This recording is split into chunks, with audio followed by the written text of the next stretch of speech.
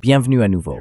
Aujourd'hui, nous recevons le professeur John Mearsheimer. Nous sommes le 15 juillet 2026 et le sujet de notre discussion, c'est la guerre en Iran, qui semble pouvoir se transformer en conflit régional.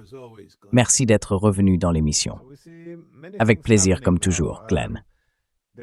Alors, on voit beaucoup de choses se passer en ce moment. L'escalade est très forte, mais on a aussi l'impression que de nombreux pays sont en train d'être entraînés dans ce qui pourrait devenir une guerre beaucoup plus large. L'Iran, évidemment, est lourdement bombardé par les États-Unis. Washington affirme avoir rétabli le blocus naval. Les Iraniens, eux, ripostent en se concentrant surtout sur Bahreïn, le Koweït et la Jordanie. Et le Yémen est entré dans le conflit en frappant l'Arabie saoudite. Je crois que les Saoudiens mobilisent maintenant leurs troupes. En plus, l'Iran a menacé de bloquer l'accès à la mer Rouge. Bref, la situation devient très complexe. Et je voulais savoir comment vous analysez tout ça, parce qu'il y a vraiment beaucoup de choses à examiner.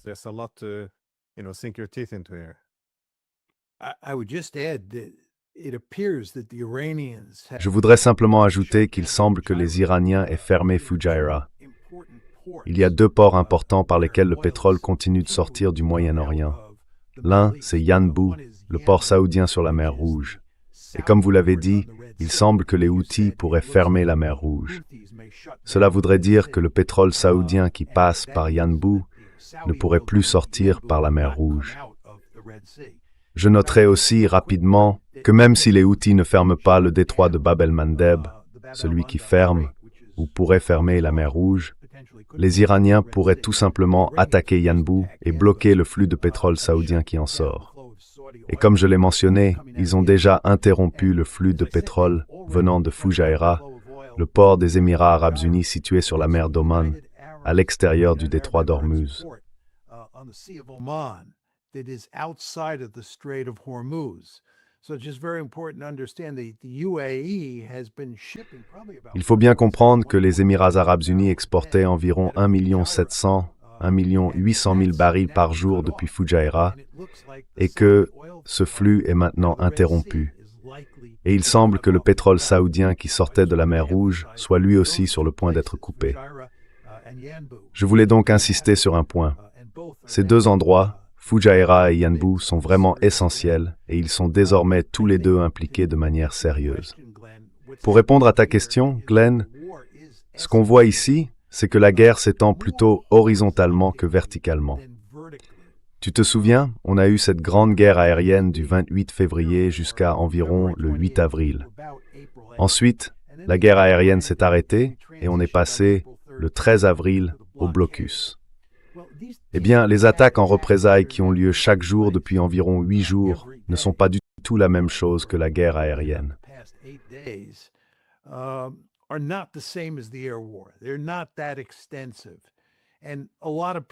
ne sont pas si étendues que ça.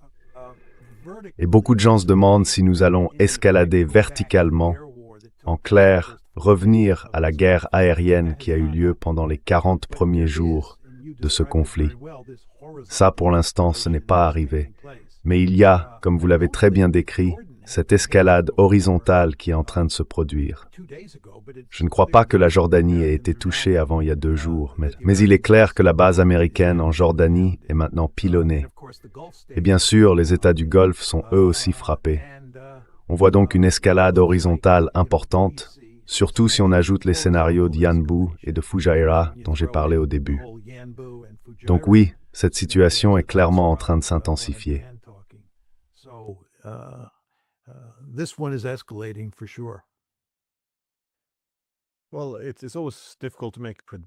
Eh bien, il est toujours difficile de faire des prévisions, mais un bon point de départ, ce serait d'évaluer les stratégies de chaque camp. Autrement dit, quels sont les objectifs qu'ils cherchent à atteindre? Quelles ressources peuvent-ils mobiliser pour y parvenir? Comment imagine-t-on en théorie ce que serait une victoire si on la regarde du point de vue américain puis du point de vue iranien? Qu'est-ce que chaque camp veut vraiment obtenir ici et comment peuvent-ils concrètement y arriver? Yeah, great question. Let's just start with the Americans. Oui, très bonne question. Commençons simplement par les Américains. Je ne crois pas qu'ils aient une véritable stratégie de victoire. À mon avis, le président Trump agit un peu dans tous les sens. Si on revient au 17 juin, au protocole d'accord signé ce jour-là, c'était en réalité un document de reddition. Il est assez clair que les Iraniens ont gagné sur presque tous les points. Quand on regarde les 14 articles, il me semble évident que les Iraniens ont gagné et que nous, les États-Unis, avons perdu. Alors la question qu'il faut se poser, c'est depuis la signature de ce protocole le 17 juin, qu'avons-nous fait sur le plan militaire pour changer la situation? D'où vient notre nouveau levier d'influence? Where's our new coercive leverage coming from? I mean, we obviously didn't have. Je veux dire, on n'avait clairement pas beaucoup de moyens de pression avant la signature du protocole d'accord du 17 juin. Sinon, on ne l'aurait pas signé, parce que c'était un document de capitulation. Donc, pour justifier ce qu'on fait maintenant, il faut pouvoir dire qu'on dispose d'une certaine capacité militaire ou économique pour changer la situation telle qu'elle existait le 17 juin. Et moi, je ne vois aucune preuve de ça. Si on regarde ce que Trump a fait, il a fait deux choses. D'abord, il a rétabli le blocus. Et le blocus, le premier blocus, a duré du 13 avril jusqu'au 17 juin, quand le protocole d'accord a été signé. Un peu plus de 2 mois. Ça n'a pas marché. C'est pour ça qu'on a signé le protocole d'accord.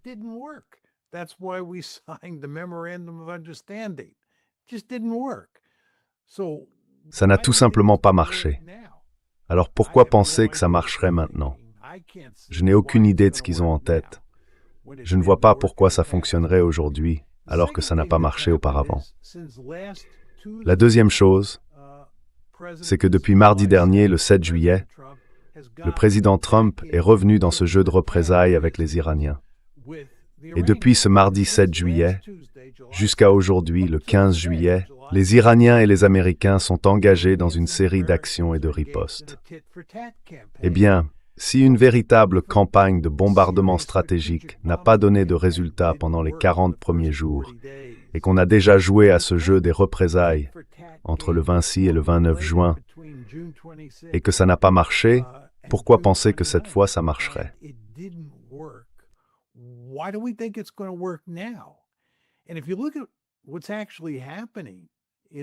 Et si on regarde ce qui se passe vraiment dans cette campagne de représailles, rien ne montre qu'on ait l'avantage.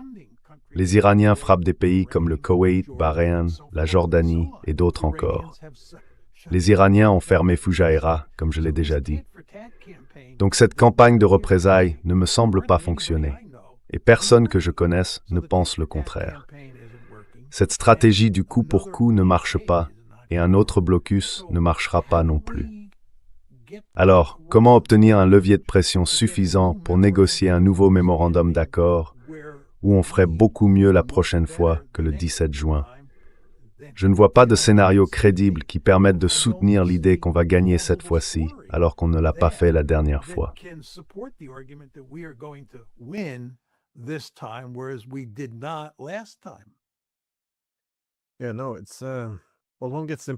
Oui, non, c'est... Enfin, on a parfois l'impression qu'il n'y a pas vraiment de plan, en fait. Je veux dire, j'ai vu, comme vous sans doute, Trump annoncer cette taxe de 20% sur tous les navires qui traversent le détroit d'Ormuz.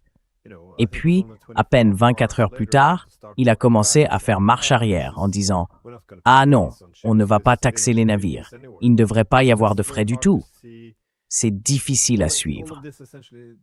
Tout ça donne surtout l'impression qu'il n'y a pas de véritable stratégie, qu'ils avancent un peu au jour le jour. Et si c'est le cas, c'est assez inquiétant. Mais si on se place du point de vue iranien, qu'est-ce qu'ils cherchent vraiment? Est-ce simplement à s'assurer que les bases américaines soient détruites? Ils mettent en jeu l'économie mondiale, sachant que le monde en tiendrait les États-Unis et Israël pour responsables. Quelle est, pour les Iraniens, la solution miracle? Est-ce le contrôle du détroit d'Ormuz? Comment l'Iran peut-il gagner? Ou peut-être, d'une certaine manière, déjà gagné? Well, look, there's going to be Écoutez, il y aura forcément un accord à un moment ou à un autre, très probablement. Franchement, j'ai du mal à croire qu'on n'arrive pas à une forme d'entente. Prenez simplement la question nucléaire. Les États-Unis et les Israéliens veulent absolument parvenir à un accord nucléaire. Et on ne peut pas y arriver tant que les combats continuent, sans un nouveau mémorandum d'entente. Il n'y a tout simplement pas d'autre solution. Donc tous ces sujets sont sur la table, politique, et ils étaient déjà regroupés dans le mémorandum d'entente en 14 points du 17 juin.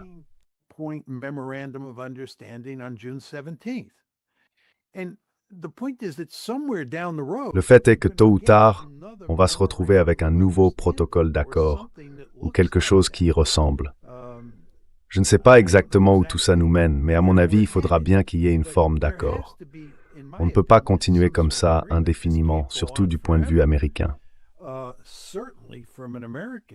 Alors la vraie question, c'est comment les Iraniens voient-ils les choses? Le 17 juin, quand ils ont signé le protocole d'accord, beaucoup de gens, qu'on appelle généralement les durs du régime iranien, pensaient que c'était trop tôt pour conclure un accord. Ils disaient, il ne faut pas faire de compromis maintenant. Les États-Unis sont en position de faiblesse.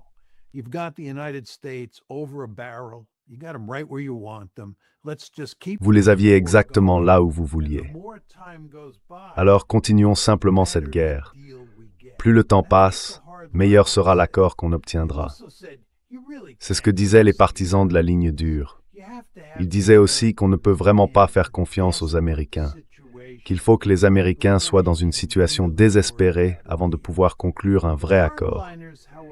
Mais les durs ont perdu et les modérés ont gagné. Et c'est comme ça qu'on a eu le protocole d'accord signé par les Iraniens. À l'époque, j'avais soutenu, pas publiquement, mais auprès de plusieurs amis qui pensaient comme moi, que les partisans de la ligne dure avaient raison. Ils auraient dû attendre.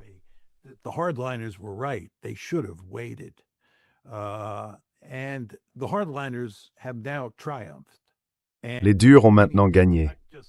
Les Iraniens ne vont pas revenir facilement au protocole d'accord. Ils vont négocier très fermement parce qu'ils savent que plus la guerre dure, mieux c'est pour l'Iran. Plus le conflit s'éternise, plus ils ont de poids dans les négociations. Et plus on s'approche du gouffre économique, plus l'administration Trump devient désespérée, plus il est probable que l'Iran obtienne un très bon accord et que les Américains soient obligés de s'y tenir. Donc à mon avis, ce qui se passe aujourd'hui en Iran, c'est que les durs ont gagné et ils n'ont aucune intention de reprendre les négociations de sitôt.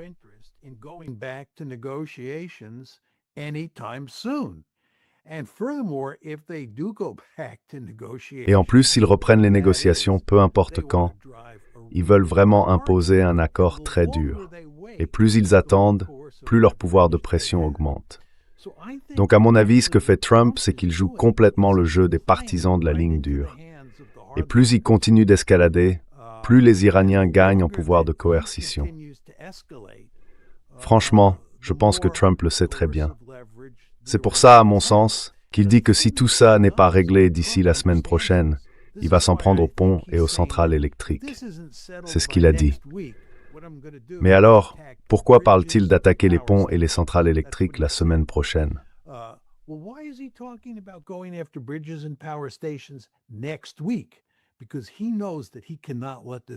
Parce qu'il sait qu'il ne peut pas laisser ça continuer.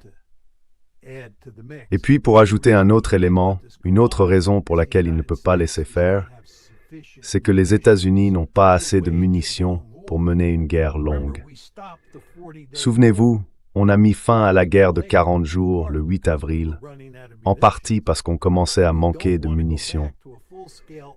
Et on ne veut pas revenir à une guerre aérienne à grande échelle, justement parce qu'on n'a pas les munitions.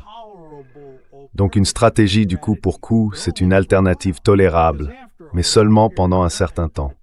Parce qu'à la longue, ce genre de stratégie finit par épuiser toutes les armes de réserve, ou ce qu'il en reste.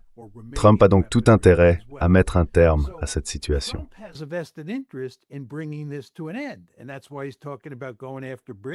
Et c'est pour ça qu'il parle d'attaquer des ponts et des centrales électriques.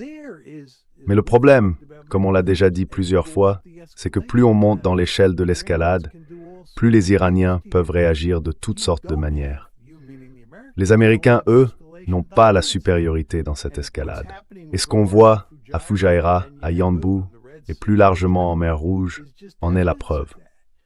Les Iraniens disent, en substance, si on ne peut pas laisser le pétrole iranien entrer sur les marchés mondiaux, alors aucun pétrole ne sortira du Moyen-Orient.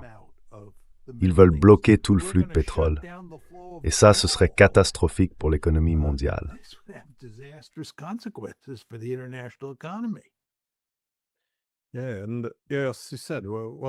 Oui, et comme vous l'avez dit, ce qu'on peut ajouter, c'est pourquoi commencer la semaine prochaine avec des ponts et des centrales électriques?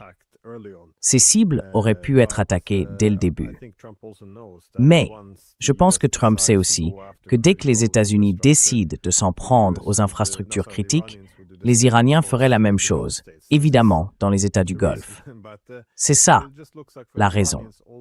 Donc pour les Iraniens, tout ce qu'ils ont à faire, c'est, si les États-Unis montent d'un cran dans l'escalade, encaisser le coup, puis riposter de la même manière contre les alliés américains dans le Golfe. Mais ensuite, que fait Trump? Parce qu'on a l'impression que toute la stratégie repose sur l'idée que les Iraniens vont se faire frapper, et puis en gros, finir par céder, se soumettre aux exigences américaines.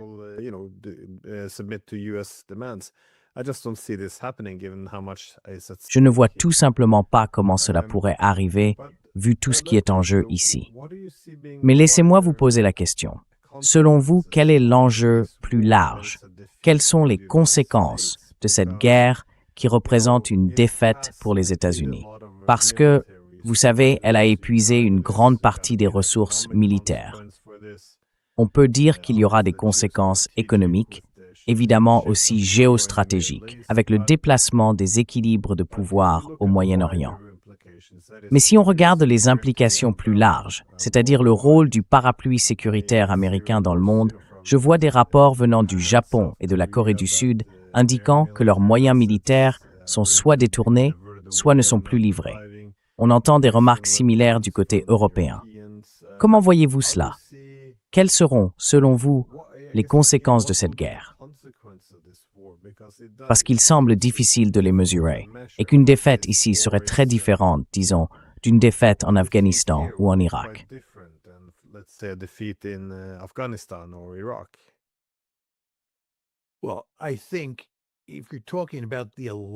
Eh bien, je pense que si on parle de la structure de l'Alliance et de la présence militaire américaine dans le Golfe Persique, ça va avoir des conséquences énormes. Il n'y a aucun moyen d'y échapper. La question que vous posez, c'est ce qui se passe en dehors du Golfe, n'est-ce pas? À mon avis, en ce qui concerne l'Asie de l'Est, les États-Unis ont déjà affaibli leur posture de dissuasion vis-à-vis de la Chine. Il n'y a aucun doute là-dessus. Comme je l'ai déjà dit dans cette émission, au lieu de nous réorienter vers l'Asie, on s'en est détourné parce qu'on a déplacé beaucoup de ressources militaires précieuses d'Asie de l'Est vers le Moyen-Orient ces derniers mois. Donc on a affaibli notre position en Asie de l'Est.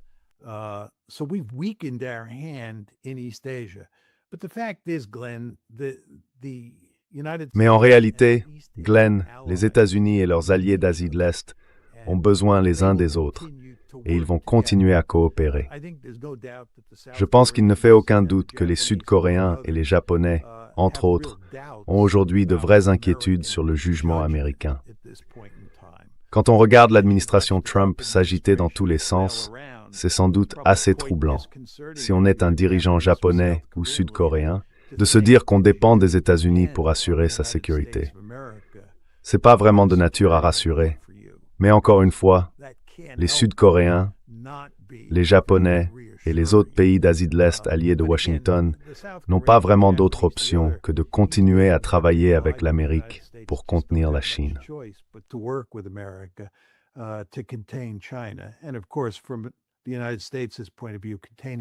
Et bien sûr, du point de vue des États-Unis, contenir la Chine est une priorité majeure.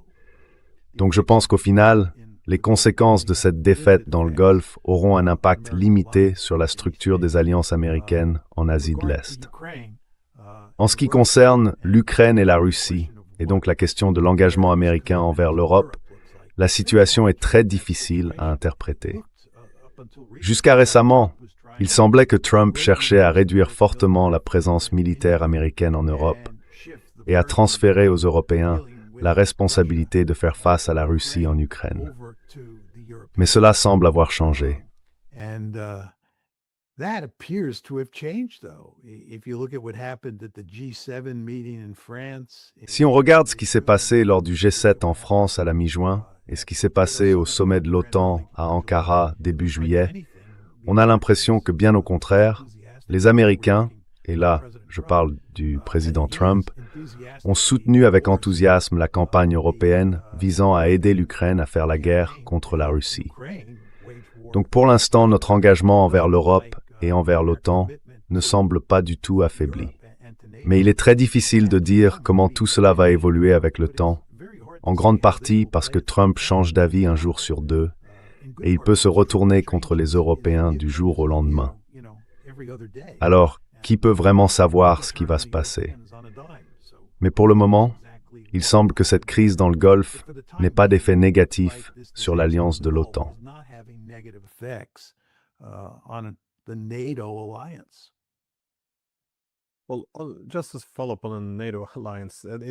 Alors, pour revenir sur l'alliance de l'OTAN, il semble qu'en ce moment, un message clé, surtout venant d'Europe et d'Ukraine, c'est que la situation a basculé, que l'Ukraine est en train de gagner. Et c'est sans doute ce qui influence la décision de Trump, puisqu'il a fait récemment plusieurs commentaires en ce sens, disant que les Ukrainiens s'en sortent très bien maintenant. C'est d'ailleurs un peu le discours commun de la plupart des dirigeants européens. Et je vois aussi notamment beaucoup de pétroliers russes touchés en mer Noire et en mer d'Azov. Mais vous, comment voyez-vous les choses? Est-ce que vous pensez qu'il y a vraiment un tournant dans cette guerre? Ou bien est-ce que, j'ai parlé il y a 2 ou 3 semaines avec George Beebe, l'ancien directeur de l'analyse sur la Russie à la CIA, et lui disait que tout ça relevait essentiellement de la propagande de guerre de l'OTAN. Mais en même temps, les Ukrainiens frappent des cibles, leur capacité augmente, et l'implication de l'Occident aussi. Alors, selon vous, comment faut-il comprendre tout ça? Est-ce qu'il y a vraiment un changement important? Ou bien est-ce que pour Trump, tout se joue surtout autour du contrôle du récit?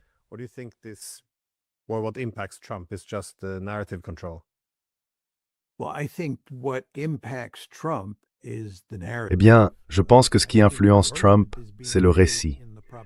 À mon avis, la campagne de propagande menée en Occident cherche à faire passer l'idée que non seulement la guerre des drones que vous avez décrite fonctionne très bien, mais aussi que les Russes sont en grande difficulté sur le champ de bataille. En gros, les Ukrainiens auraient inversé la tendance. Ils n'auraient pas seulement bloqué les Russes, mais commenceraient à les repousser à certains endroits.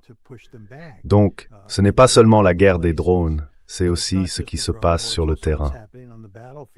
Et puis, je pense qu'il y a une troisième dimension dans cette campagne de propagande.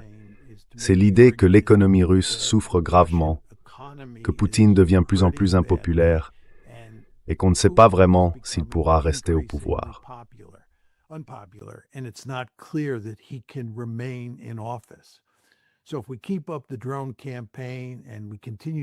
Donc, si on poursuit la campagne de drones et qu'on continue d'aider l'Ukraine sur le champ de bataille, cela finira en pratique par faire tomber Poutine, par affaiblir l'économie russe et au fond, par sortir la Russie du cercle des grandes puissances.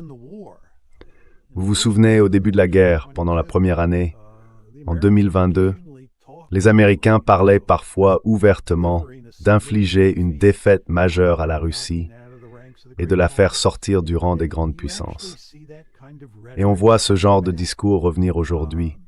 Je pense que les Américains défendent à nouveau l'idée que les sanctions sont un outil presque magique pour affaiblir la Russie, pas seulement les drones, mais aussi les sanctions.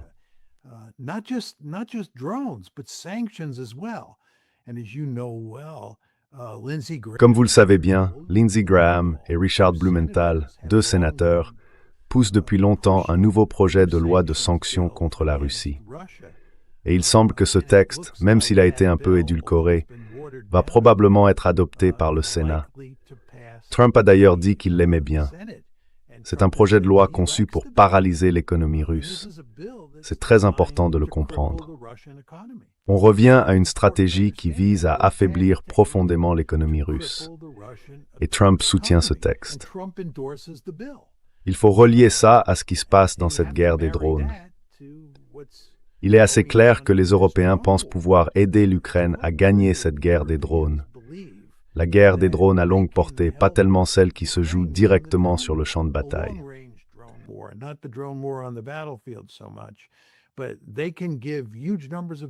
Mais ils peuvent fournir un très grand nombre de drones aux Ukrainiens et les aider à renforcer leur capacité industrielle pour en produire eux-mêmes.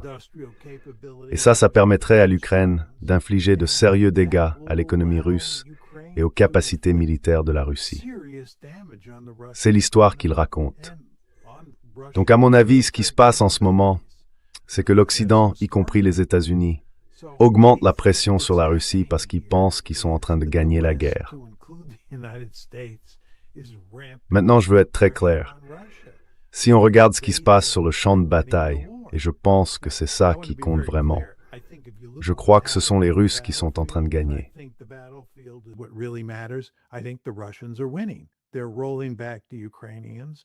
Ils repoussent les Ukrainiens.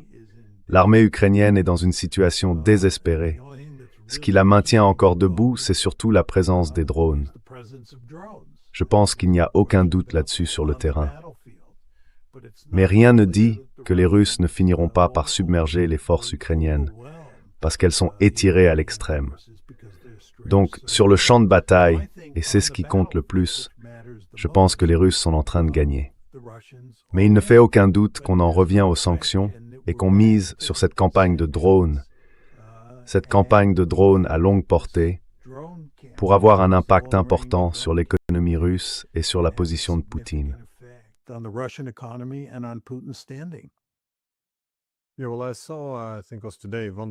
Oui, enfin, j'ai vu, je crois que c'était aujourd'hui, von der Leyen, elle disait qu'il y a maintenant un accord entre l'Union européenne et l'Ukraine pour coproduire des drones. Et apparemment, c'est aussi un effort pour que l'Union européenne fabrique davantage de drones à longue portée, capables de frapper en profondeur à l'intérieur de la Russie. Et en gros, ils disent, on ne transfère pas de drones, on ne participe pas. Ce sont des drones fabriqués en Ukraine. Mais ça soulève quand même une question, parce qu'on voit bien où tout ça mène. Les Russes cherchent à savoir dans quelle mesure l'Occident est impliqué là-dedans. Et c'est une question difficile, parce qu'il manque des preuves. Il y a beaucoup de propagande de guerre en ce moment. D'un autre côté, c'est quand même difficile d'imaginer, surtout pour les attaques de drones sur Saint-Pétersbourg, qu'elles n'aient pas été aidées par l'OTAN. Mais au fond, qu'est-ce qu'on sait vraiment de l'implication de l'OTAN dans ces attaques contre la Russie?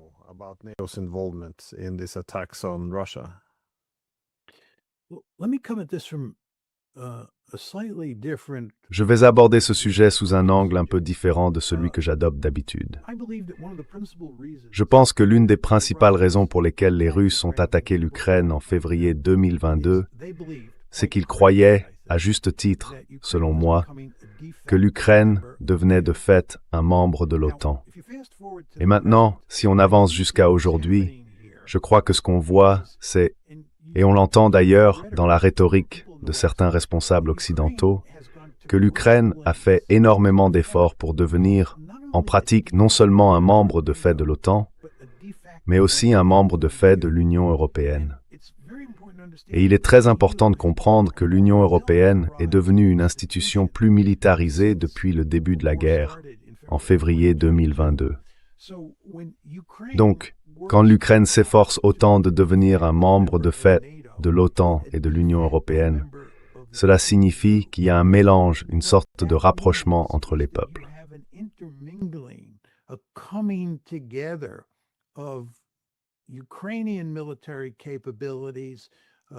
Les capacités militaires de l'Ukraine, ses services de renseignement, ceux de l'Occident, et la capacité de produire des armes, Je veux dire, Trump a dit qu'il allait accorder aux Ukrainiens une licence pour fabriquer des missiles patriotes directement en Ukraine. Réfléchissez à ce que ça veut dire. C'est une autre façon de dire que l'Ukraine devient de fait membre de l'OTAN, membre de l'Union européenne. Elle est en train de s'intégrer militairement à l'Occident. Et en même temps, ce qu'on voit, c'est un retour massif aux sanctions avec ce projet de loi Blumenthal-Graham. Et puis, il y a la campagne de drones longue portée.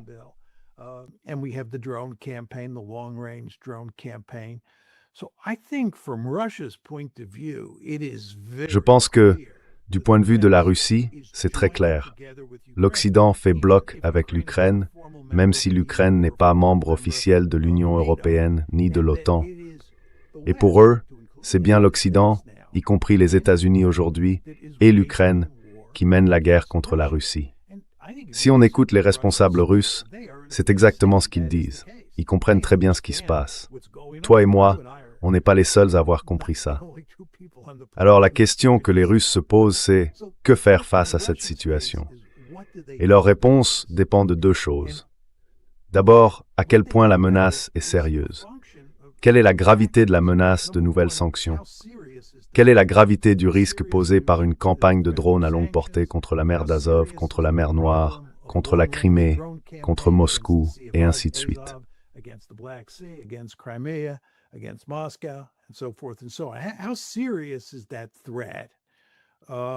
À quel point cette menace est-elle sérieuse? Et puis la vraie question, c'est quelles cibles les Russes pourraient frapper en Europe pour mettre fin à cette coordination étroite entre d'un côté les Européens et de l'autre les Ukrainiens? Ce n'est pas évident de voir ce que les Russes peuvent faire pour briser le lien de plus en plus fort entre l'Ukraine et l'Occident. Et bien sûr, cela nous amène à tout l'argument de Sergueï Karaganov sur ce que la Russie devrait faire face à cette menace. Mais le point que je veux te faire comprendre, Glenn, pour résumer mon raisonnement, c'est que l'Ukraine et l'Occident se rapprochent de plus en plus. L'Occident s'implique dans la guerre en Ukraine plus qu'il ne l'a jamais fait. Et du point de vue russe, il est assez clair que ce que l'Occident et l'Ukraine veulent faire ensemble, c'est vaincre la Russie. La question maintenant, c'est comment la Russie peut-elle éviter que ça se produise?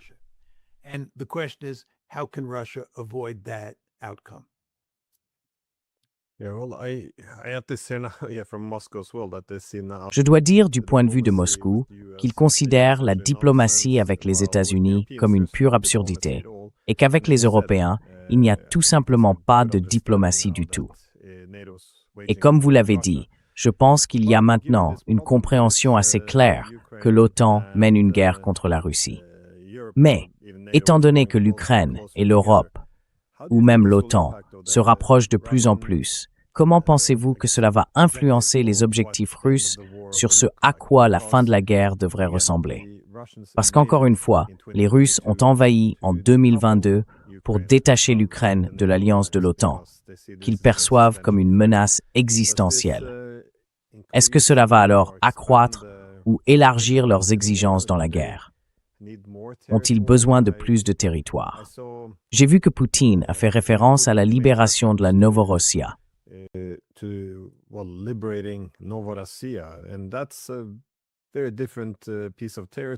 là, on parle d'un tout autre territoire. Là, on parle de Nikolaïev, d'Odessa, de Kharkiv. C'est une ambition territoriale complètement différente. Est-ce que c'est vers ça qu'ils se dirigent, sachant qu'il n'y a aucune voie diplomatique, aucune volonté du côté européen de parler avec la Russie?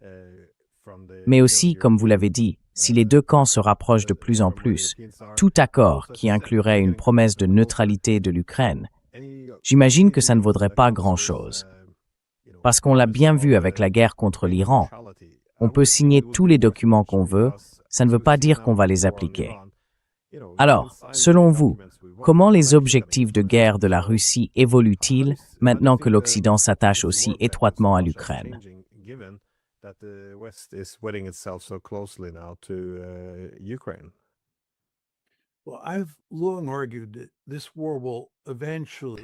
Eh bien, j'ai toujours soutenu que cette guerre finirait, tôt ou tard, avec la Russie qui s'emparerait d'une grande partie du territoire ukrainien et l'Ukraine qui sortirait de ce conflit comme un État résiduel, dysfonctionnel.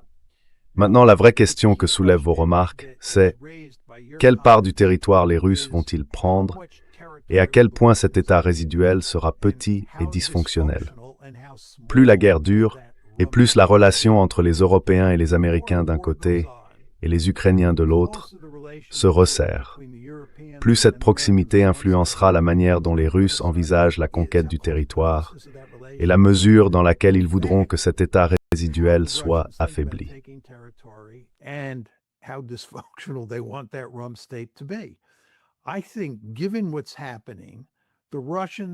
Je pense que, vu la situation, les Russes ont tout intérêt à prendre beaucoup plus de territoire que les 4 oblasts qu'ils ont déjà annexés. Et je crois qu'ils veulent clairement s'emparer d'Odessa et s'assurer, que l'Ukraine n'ait plus aucun port sur la mer Noire. En plus de ça, ils veulent que l'Ukraine devienne un État résiduel aussi dysfonctionnel que possible. Plus l'Ukraine est dysfonctionnelle, mieux c'est pour eux. C'est pour cette raison que des gens comme vous et moi disons depuis longtemps que les Ukrainiens auraient dû conclure un accord avec les Russes, accepter d'être un État neutre, et ensuite tout faire pour améliorer leurs relations avec la Russie, afin de limiter au maximum à quel point l'Ukraine finirait par être dysfonctionnelle.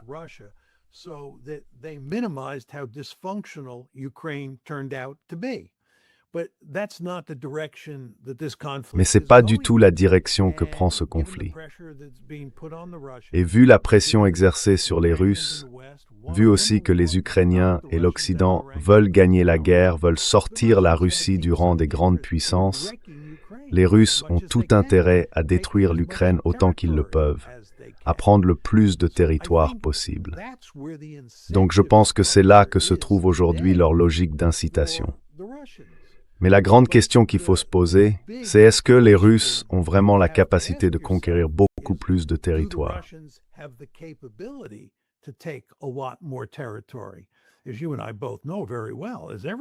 Comme toi et moi le savons très bien, comme tout le monde le sait d'ailleurs, les Russes ont énormément de mal à conquérir l'ensemble du territoire dans les 4 oblasts qu'ils ont annexés.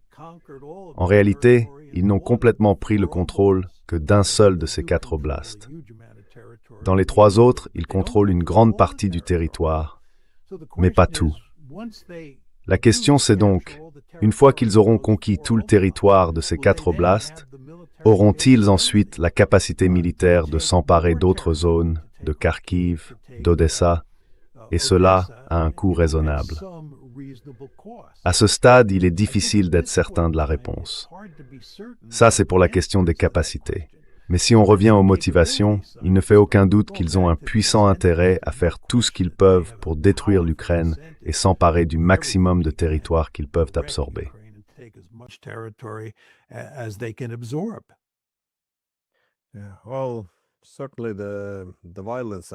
Oui, eh bien, c'est clair que la violence a augmenté. On dirait qu'ils utilisent maintenant des armes beaucoup plus puissantes et qu'ils frappent aussi beaucoup plus de cibles.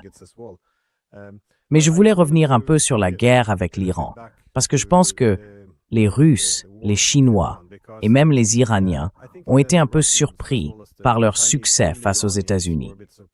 Parce que bon, les États-Unis sont une puissance immense et on aurait pu penser que les Iraniens ne s'en sortiraient pas aussi bien. C'était en tout cas l'hypothèse de beaucoup de gens. Alors, comment vous expliquez ça? Comment les États-Unis peuvent-ils, en somme, perdre cette guerre?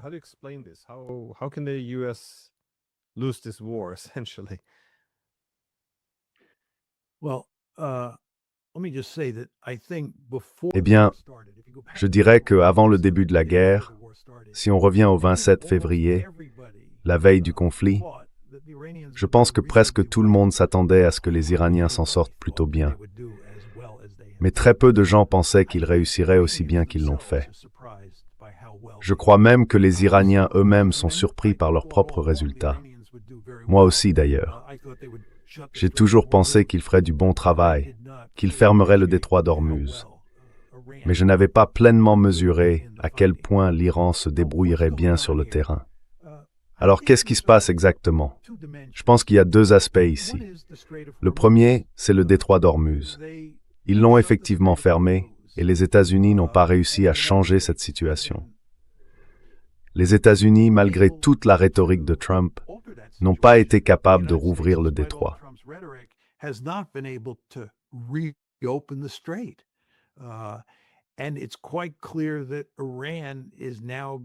Et il est maintenant tout à fait clair que l'Iran va contrôler le détroit pour toujours. Je ne pense pas que beaucoup de gens aient vraiment mesuré à quel point la capacité de l'Iran à fermer le détroit serait étendue, ni à quel point les Américains seraient neutralisés dans ce processus. Donc pour moi, c'est le premier point. Le point le plus important, en revanche, sur les raisons de notre surprise concerne les missiles. Si on revient à la guerre de 12 jours, en juin 2025, c'est à ce moment-là que l'Iran a combattu les États-Unis et Israël dans un conflit bref, de 12 jours seulement. À l'époque, il était déjà clair que les missiles iraniens étaient très efficaces. Mais la guerre a été courte, seulement 12 jours, et la propagande en Occident a suffi à masquer le fait que ces missiles balistiques iraniens étaient d'une efficacité redoutable.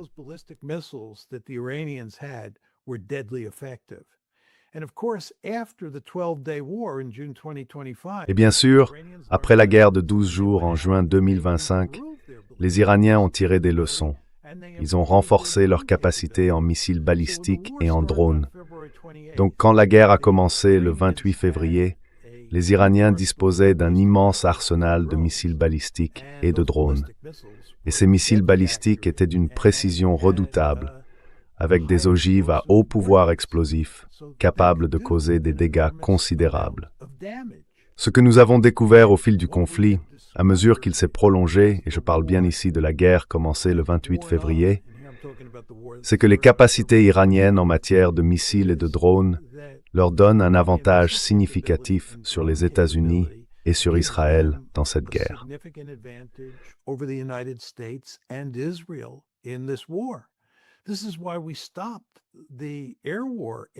C'est pour ça qu'on a arrêté la guerre aérienne au bout de 40 jours. C'est pour ça aussi qu'on ne peut pas gagner dans une logique de représailles permanente. Vous savez, quand on écoute les Américains et leurs alliés du Golfe, on a l'impression qu'ils abattent tous les missiles balistiques iraniens qui arrivent, qu'ils détruisent tous les drones iraniens et que presque aucune de ces armes ne touche sa cible. Mais les images qui circulent maintenant montrent clairement que ce n'est pas vrai. Les Iraniens frappent Bahreïn, frappent le Koweït, frappent la Jordanie, et ainsi de suite. La capacité de frappe des missiles iraniens est vraiment impressionnante. Et si on y ajoute leurs drones, on voit bien que les Iraniens sont aujourd'hui dans une position où ils ont plus de pouvoir de pression sur nous que nous n'en avons sur eux.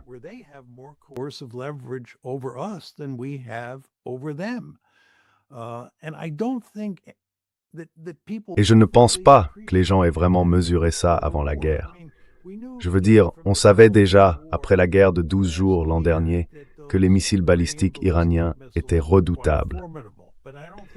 Mais je crois qu'on n'avait pas pleinement conscience à quel point cet arsenal de missiles et de drones iraniens est impressionnant. Et maintenant, on le sait.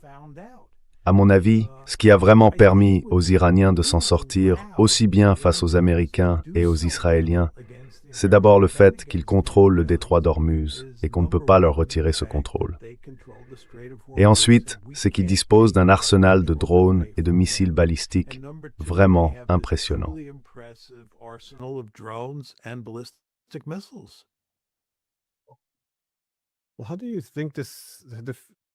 Alors, selon vous, si on prend un peu de recul, comment tout ça s'inscrit dans le cadre géostratégique plus large des États-Unis? Parce que, dans l'ensemble, la plupart des dispositifs de sécurité dirigés par Washington dans le monde semblent viser à contenir principalement trois grandes puissances. En Europe, bien sûr, il y a l'OTAN, dont l'objectif est de contenir et d'affaiblir la position de la Russie. En Asie de l'Est, on trouve aussi une architecture de sécurité très développée, mise en place par les États-Unis pour contenir la Chine. Et au Moyen-Orient, évidemment, la coopération américaine avec les États du Golfe vise non seulement à affaiblir, mais aussi à vaincre l'Iran.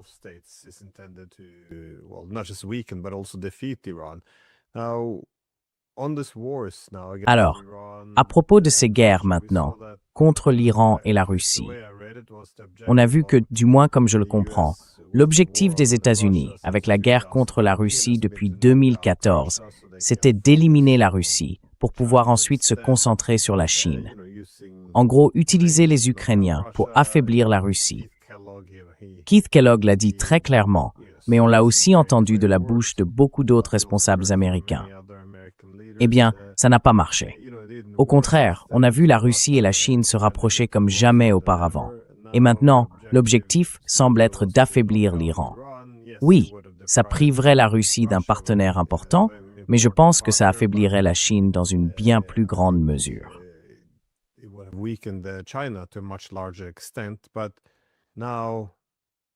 Mais maintenant, est-ce que les Iraniens vont aussi se rapprocher davantage de la Russie et de la Chine?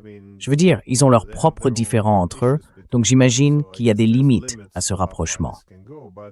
Mais comment voyez-vous l'évolution, disons, du paysage stratégique plus large à la suite de cette guerre?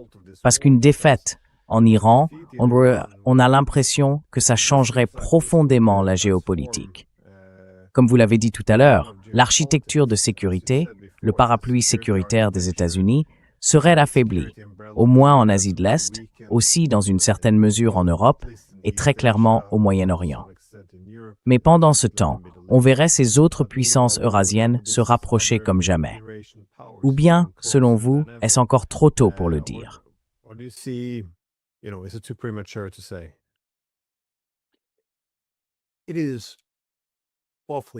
C'est encore très tôt dans le processus, ça ne fait aucun doute.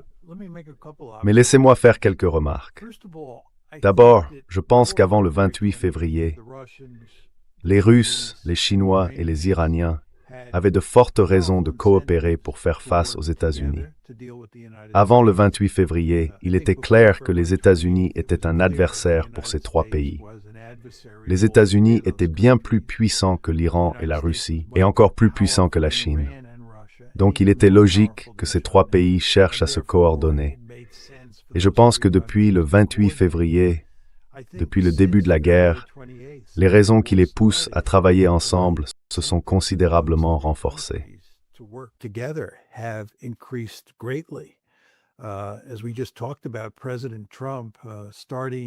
Comme on vient d'en parler, le président Trump, à partir de la mi-juin, quand il est allé à la conférence du G7, puis début juillet à celle de l'OTAN, a clairement montré que lui, le président Trump, visait à nouveau les Russes, qu'il ne respectait plus l'esprit d'Anchorage et qu'il cherchait plutôt à infliger une punition à la Russie.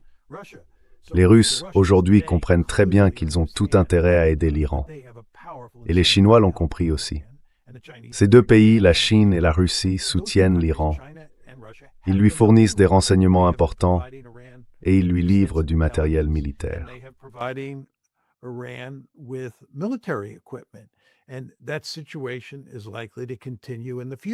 Et cette situation va probablement continuer à l'avenir parce que, encore une fois, ces trois pays, et on peut y ajouter la Corée du Nord, ont tout intérêt à coopérer pour contrebalancer les États-Unis qui sont l'ennemi commun de ces trois pays, ou des quatre si on inclut la Corée du Nord.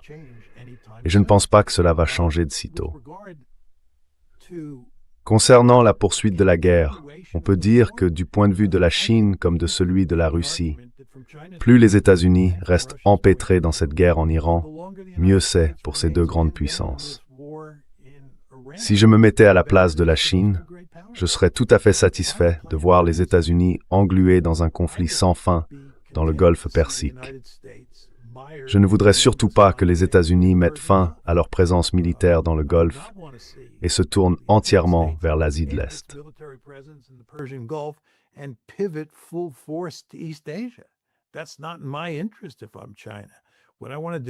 Si je suis la Chine, ce n'est pas dans mon intérêt. Ce que je veux faire si je suis la Chine, c'est garder les États-Unis occupés au Moyen-Orient. Et d'ailleurs les garder aussi embourbés dans la guerre en Ukraine. Plus les États-Unis envoient d'armes à l'Ukraine, moins ils en ont à disposition en Asie de l'Est pour contenir la Chine. Donc si on regarde simplement cette guerre et ce qui se passe, d'abord elle rapproche l'Iran, la Chine et la Russie. elle leur donne de fortes raisons de s'entraider face aux Américains. Et en même temps, elle donne aux Chinois et aux Russes un intérêt évident à maintenir les États-Unis coincés au Moyen-Orient pour limiter les problèmes que les États-Unis peuvent provoquer en Asie de l'Est ou en Ukraine.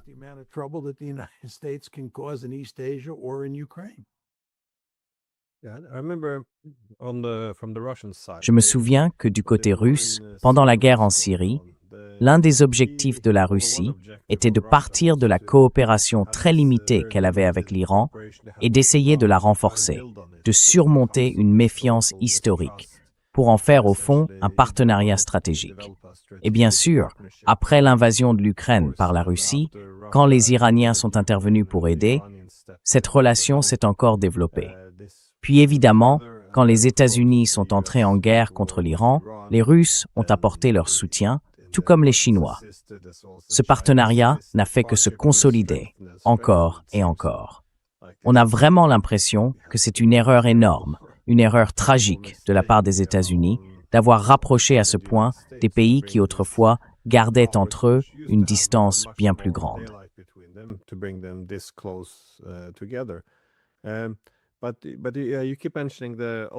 Mais vous continuez à parler de toutes ces armes qui auraient été envoyées en Asie ou en Europe et qui partent maintenant vers le Moyen-Orient. Mais comme les États-Unis s'engagent de plus en plus dans plusieurs conflits en même temps, on voit la même logique en Europe. Il y a cette idée qu'il faut désormais s'armer jusqu'aux dents. Est-ce que les capacités militaires pourraient augmenter, même si les ambitions militaires grandissent aussi? Parce que bon, si la situation l'exige, c'est possible, non? Ce ne serait pas forcément un problème pour les Chinois, par exemple, si les Américains et les Européens passaient maintenant des années à se concentrer sur la construction d'immenses arsenaux d'armes. Parce que, encore une fois, je ne suis pas sûr de savoir à quel point le problème des stocks est sérieux aux États-Unis.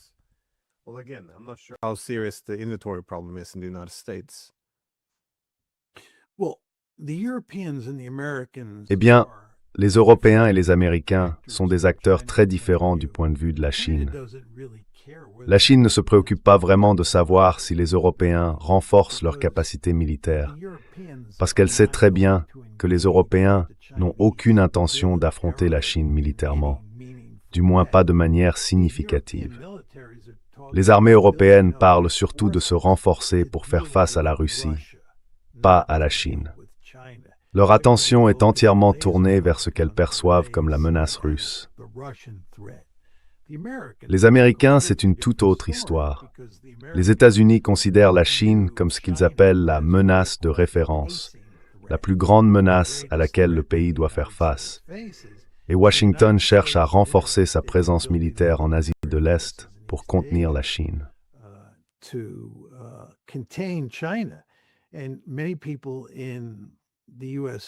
Beaucoup de gens au sein de l'appareil de sécurité nationale américain considèrent l'engagement envers l'Ukraine comme un détournement de ressources qui devrait aller à l'Asie de l'Est. Et c'est pareil, bien sûr, pour le Moyen-Orient. Du coup, les Européens et les Américains n'ont pas les mêmes incitations, et les Chinois, eux, perçoivent les Européens et les Américains de manière très différente.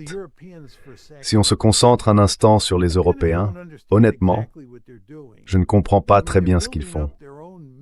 Ils renforcent leurs capacités militaires en disant qu'ils se préparent à une guerre avec la Russie, qu'ils semblent considérer comme inévitable.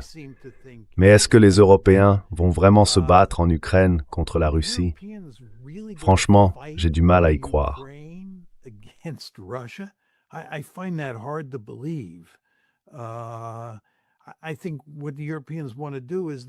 Je pense que ce que les Européens veulent faire, c'est utiliser les Ukrainiens comme un bélier. La raison pour laquelle les Européens ne sont pas sérieux à propos d'un accord pour mettre fin à la guerre en Ukraine, c'est qu'ils ne meurent pas, eux. Ils se servent des Ukrainiens pour ça. Et les Ukrainiens sont assez naïfs pour accepter cette approche complètement absurde. Vous voyez, les Européens disent aux Ukrainiens « Continuez à vous battre, continuez à vous battre. On vous donnera de l'argent, on vous donnera des armes. » Et pendant ce temps, l'Ukraine se vide de son sang. Mais les Européens, eux, ne meurent pas. Et j'ai du mal à croire qu'ils vont vraiment développer une capacité militaire destinée à combattre les Russes. Je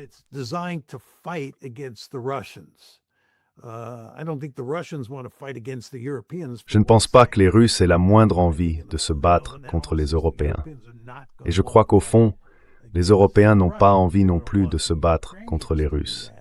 Ils préfèrent que les Ukrainiens s'en chargent. Alors, si c'est ça, et que vous êtes Européens, est-ce que vous ne devriez pas renforcer votre base industrielle, produire plus d'armes et les donner aux Ukrainiens pour qu'ils puissent continuer le combat? C'est en grande partie ce que font les Européens en ce moment. Je ne sais pas ce qu'il en sera à long terme, mais pour l'instant, leur objectif, c'est d'envoyer plus d'armes à l'Ukraine.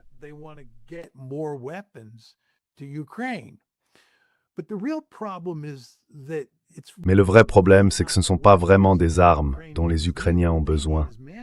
Ce qu'il leur faut, c'est des effectifs. Ils ont besoin de soldats sur la ligne de front.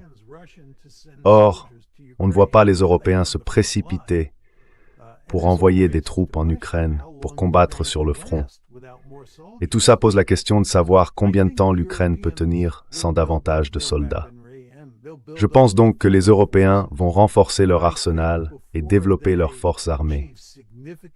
Mais avant qu'ils atteignent un niveau significatif de production d'armes, et avant qu'ils aient réellement constitué des forces capables de mener une guerre contre les Russes, les Ukrainiens auront perdu sur le champ de bataille face à l'armée russe.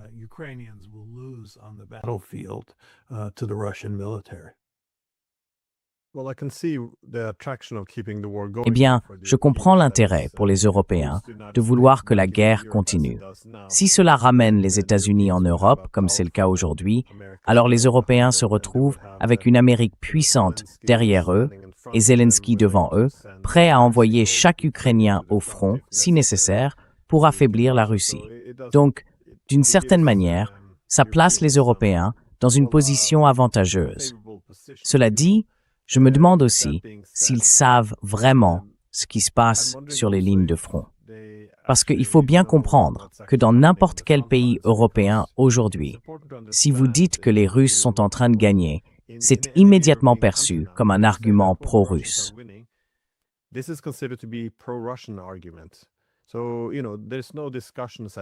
Vous savez, il n'y a absolument aucune discussion sur la réalité objective. Comment est-ce qu'on mesure ce qui se passe réellement sur le terrain? Il s'agit simplement de reconnaître, la réalité. Et si elle ne correspond pas bien au récit dominant, c'est tout de suite considéré comme pro-russe ou anti-ukrainien. Du coup, tout le monde doit plus ou moins dire exactement la même chose. Et ça n'a même pas besoin de reposer sur des preuves. C'est juste, vous voyez, c'était un peu comme avec Nord Stream. Si vous disiez « ça n'a aucun sens que la Russie fasse exploser sa propre infrastructure », c'était perçu comme une position pro-russe. Donc tout le monde, peu importe à quel point ça paraissait absurde, devait répéter la même rengaine. Et franchement, c'est assez ridicule, mais c'est là où en est l'Europe aujourd'hui.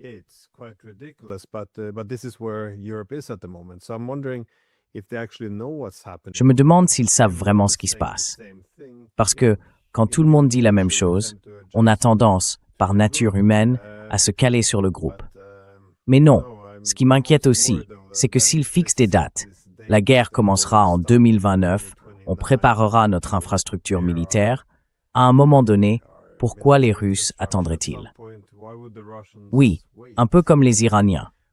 Pourquoi attendraient-ils que leur adversaire façonne le champ de bataille exactement comme il le souhaite avant que les tirs ne commencent? J'ai juste l'impression que les Russes donneraient le premier coup, comme ils l'ont fait en Ukraine, s'ils pensent que la paix est impossible. Bref, vous avez un dernier mot avant qu'on conclue.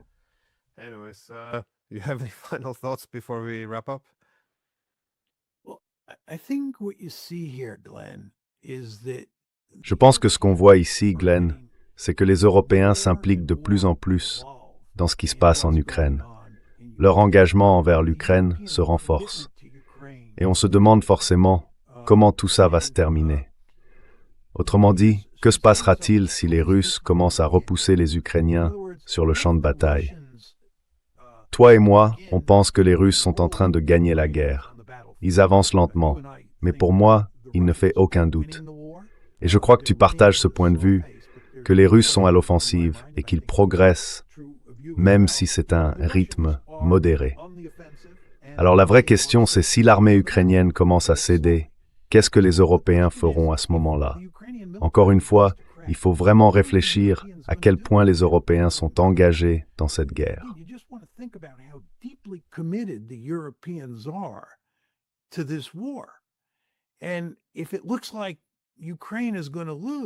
Et si on voit que l'Ukraine est sur le point de perdre et qu'elle commence vraiment à perdre, qu'est-ce que les Européens vont faire? Est-ce qu'ils vont simplement dire « bon, on a essayé, on a perdu, c'est fini » ou est-ce qu'ils vont chercher à intensifier le conflit, à tenter de redresser la situation, à agir dans la panique? Ça, c'est un côté de l'équation.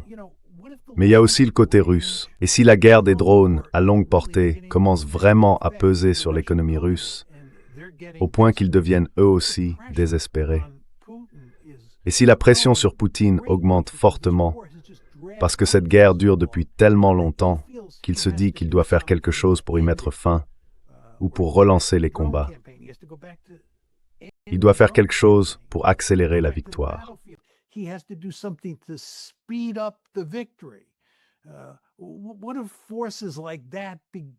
Et si des forces comme celle-là commençaient à entrer en jeu de manière importante du côté russe, qu'est-ce qu'ils feraient? Ils ne vont pas chercher à intensifier le conflit. Ce que je veux te dire, Glenn, c'est que si tu réfléchis un peu à la direction que tout ça prend, on peut imaginer un scénario où les Européens se retrouvent dans une situation où ils doivent escalader, et les Russes aussi. Et disons que ça n'arrive pas, que la guerre continue simplement, encore et encore. Est-ce vraiment envisageable que cette guerre dure encore 2 ou 3 ans? À un moment donné, l'un des deux camps ne va-t-il pas tenter quelque chose pour y mettre fin? Et là, on parle surtout des Russes. La vraie question, c'est comment tout ça va se dérouler. Ce que j'essaye de dire, c'est qu'on est face à une situation extrêmement dangereuse.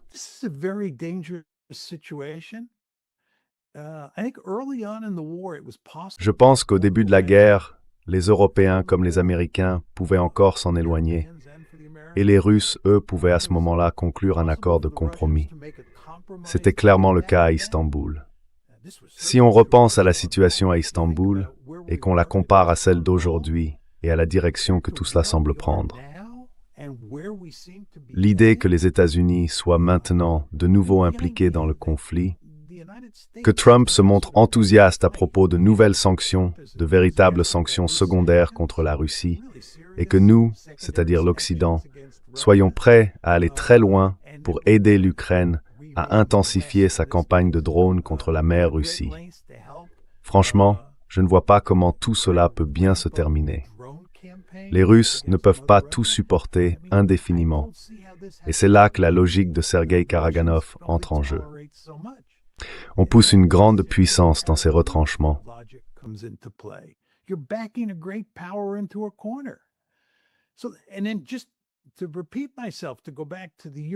Et puis, pour me répéter un peu, si on revient du côté européen, ou plus largement du côté occidental, on est maintenant tellement engagé dans cette guerre, tellement impliqué, que perdre ne sera pas facile. Et d'ailleurs, pour développer un peu ce point, Glenn, parlons des Américains. On a évoqué tout à l'heure le fait que les États-Unis ont en réalité subi une défaite humiliante au Moyen-Orient. Imaginons que cette défaite soit un jour formalisée dans un nouveau mémorandum d'accord, et ensuite que l'armée ukrainienne s'effondre et que les Russes finissent par l'emporter. Et nous, les États-Unis, soutenons les Ukrainiens. Ce serait alors une deuxième défaite d'affilée. Que feraient les États-Unis dans une telle situation? Je veux être clair. Je ne dis pas que cela va arriver.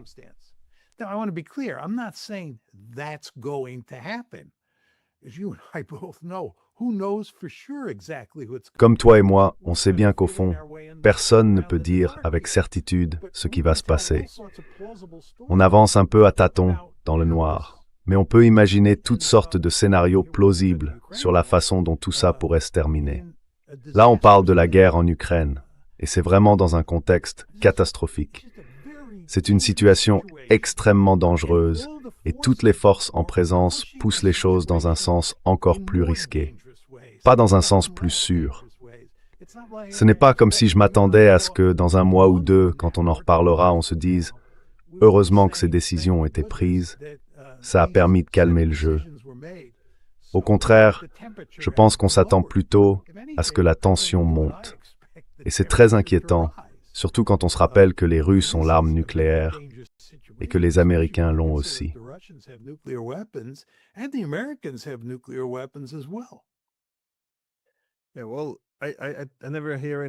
Oui, eh bien, je n'entends jamais vraiment d'arguments sur la façon dont tout ça pourrait se terminer positivement.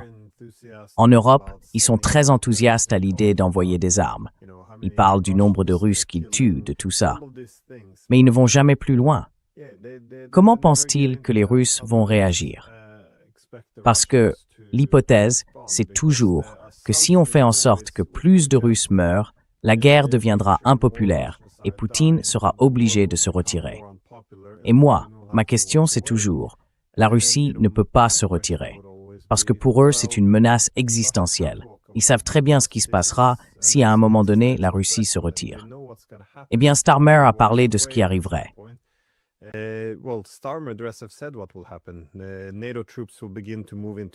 Les troupes de l'OTAN vont commencer à se déployer en Ukraine. Elles vont inonder le pays de drones et de missiles à longue portée. Et vous savez, un peu comme après le coup d'État de 2014, on verra apparaître des bases de la CIA le long de la frontière russe pour déstabiliser la Russie. Donc ça, c'est inacceptable. Cette idée que si on tue assez de soldats russes, qu'on les affaiblit, ils vont simplement plier bagages et se soumettre. Franchement, ça relève du fantasme. Tout ça ne mène qu'à une guerre massive. Et si leurs capacités militaires conventionnelles sont épuisées, eh bien, c'est un peu la même logique que celle de l'Iran. Dans ce cas, il leur faut une dissuasion nucléaire, tout comme les Russes.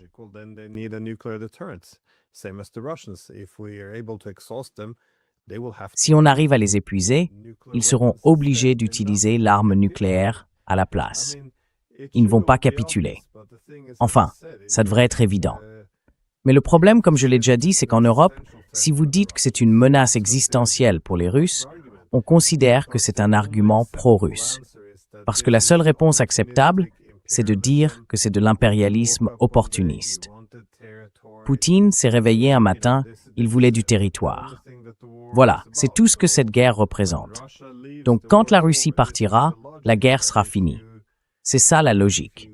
Et si vous contestez cette idée, c'est un argument pro-russe, ce qui veut dire que vous êtes écarté. Personne ne peut plus discuter avec vous. Donc je ne vois aucune solution possible. À mon avis, à partir de maintenant, ce sera seulement l'escalade et on se dirige vers la guerre.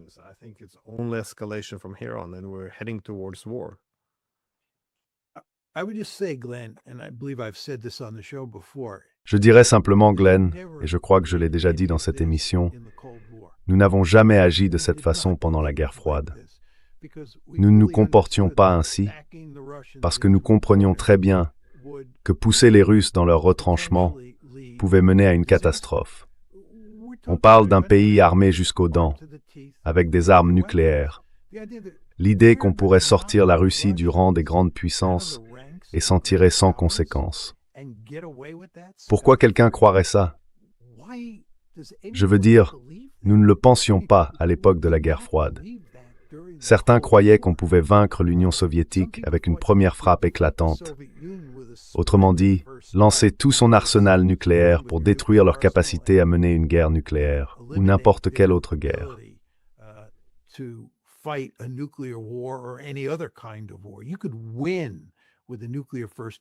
On pouvait gagner avec une première frappe nucléaire. Certains y croyaient au début de la guerre froide. Mais à part ça, l'idée qu'on pouvait acculer les Russes et les mettre à genoux, enfin, moi, je n'ai jamais pensé comme ça. D'ailleurs, repensez à la fin de la guerre froide et au travail remarquable qu'a accompli l'administration du président George H.W. Bush pour y mettre fin. Ils ont fait énormément d'efforts, vous vous en souvenez sûrement, pour ne pas humilier les Russes, pour les ménager, parce qu'ils savaient qu'ils avaient affaire à une superpuissance dotée de l'arme nucléaire, et ils ne voulaient surtout pas l'acculer. Ils savaient qu'il fallait la traiter avec précaution.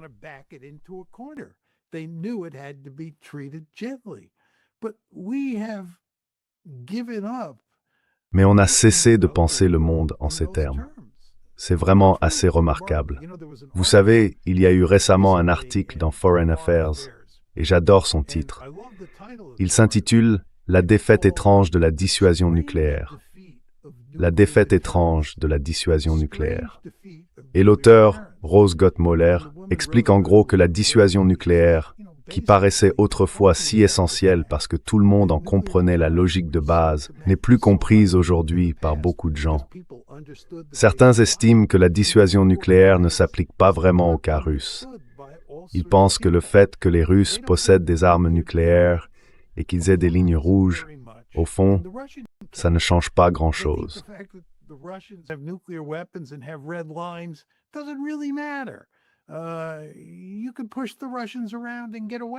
On ne peut pas bousculer les Russes et s'en tirer comme ça. Ce n'est pas du tout la façon dont on pensait pendant la guerre froide. On comprenait très bien qu'à partir du moment où ils avaient une capacité de destruction assurée, il fallait être extrêmement prudent dans nos relations avec eux.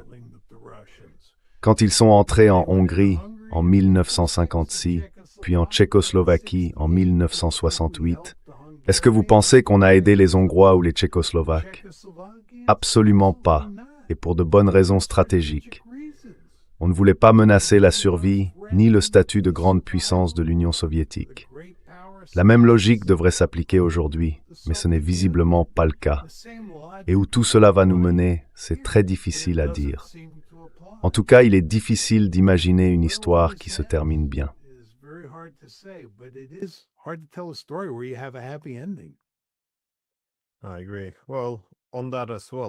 Je suis d'accord.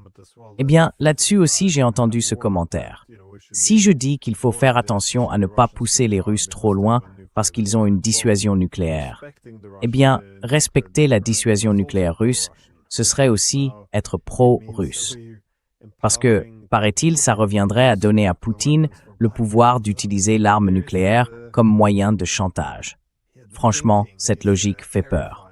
J'espérais un moment que ce genre de discours servait juste à préparer une position de négociation avantageuse.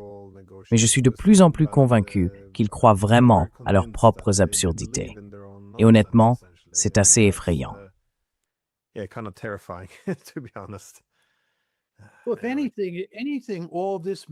bien, en réalité, tout ça rend des négociations sérieuses encore moins possibles. Ce qui est paradoxal, c'est que les gens en Occident, et ça inclut maintenant le président Trump, pensent qu'en mettant plus de pression sur la Russie, que ce soit avec des drones ou des sanctions, ils augmentent les chances de la faire venir à la table des négociations. C'est complètement l'inverse. Ça aura exactement l'effet contraire. Et ça mènera à ce dont Sergei Karaganov a mis en garde.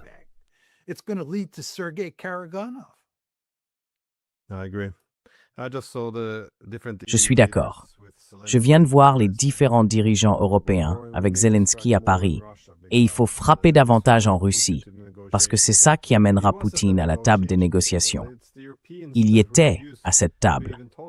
Ce sont les Européens qui refusent même de parler. Ils veulent s'asseoir à la table, mais sans parler à la Russie.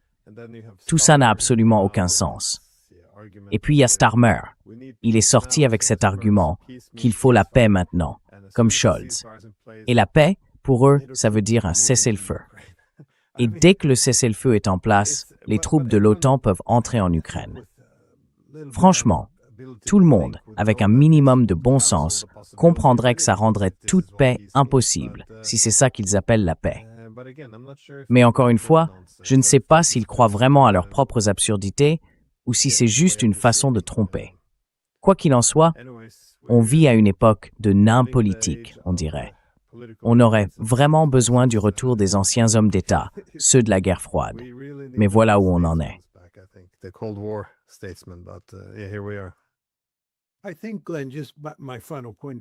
Je pense, Glenn, et ce sera mon dernier point là-dessus, que ce dont nous avons besoin, ce sont de vrais penseurs stratégiques. Et je crois qu'il nous faut, en Europe comme aux États-Unis, une élite qui raisonne de manière stratégique. Ce qui s'est passé, à mon avis, c'est que pendant le moment unipolaire, quand les États-Unis étaient la seule grande puissance sur la planète, la Russie était très affaiblie, la Chine n'était pas encore une grande puissance. Les États-Unis et leurs alliés européens ont développé une façon de voir le monde qui allait à l'encontre des principes de base de l'équilibre des puissances. Une vision qui prêtait peu d'attention à la dissuasion nucléaire et aux lignes rouges. Et nous en sommes venus à penser, nous, en Occident, que la politique internationale avait fondamentalement changé et que les États-Unis pouvaient faire à peu près tout ce qu'ils voulaient et obtenir gain de cause. Et je pense que cette manière de voir s'est prolongée jusqu'à aujourd'hui dans le nouveau monde multipolaire dans lequel nous vivons.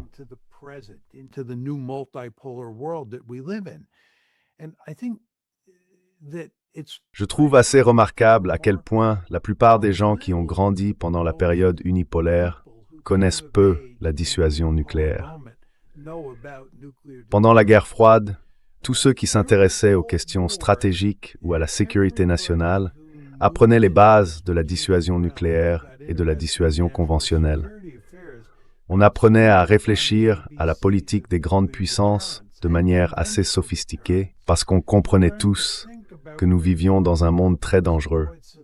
Avec la période unipolaire, tout ça a disparu parce qu'il n'y avait plus qu'une seule grande puissance, les États-Unis. Et les États-Unis, avec leurs alliés européens, pensaient qu'ils étaient à peu près libres de tout faire, que ces vieilles règles n'existaient plus et que la dissuasion nucléaire n'était plus vraiment un sujet d'inquiétude.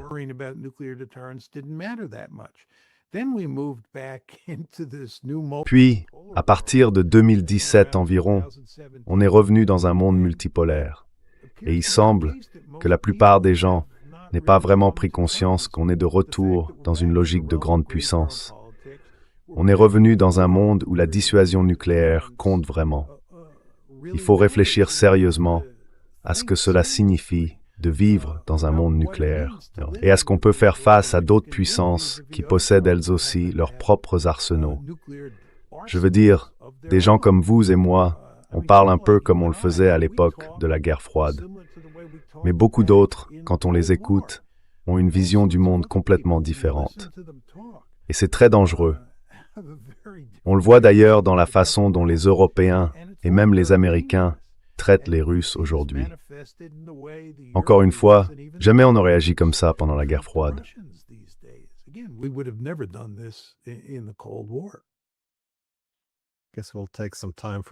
Je suppose qu'il faudra un peu de temps pour que les mentalités évoluent. Espérons, oui, que la courbe d'apprentissage soit un peu plus rapide, histoire qu'on n'en arrive pas à une guerre majeure avec les Russes.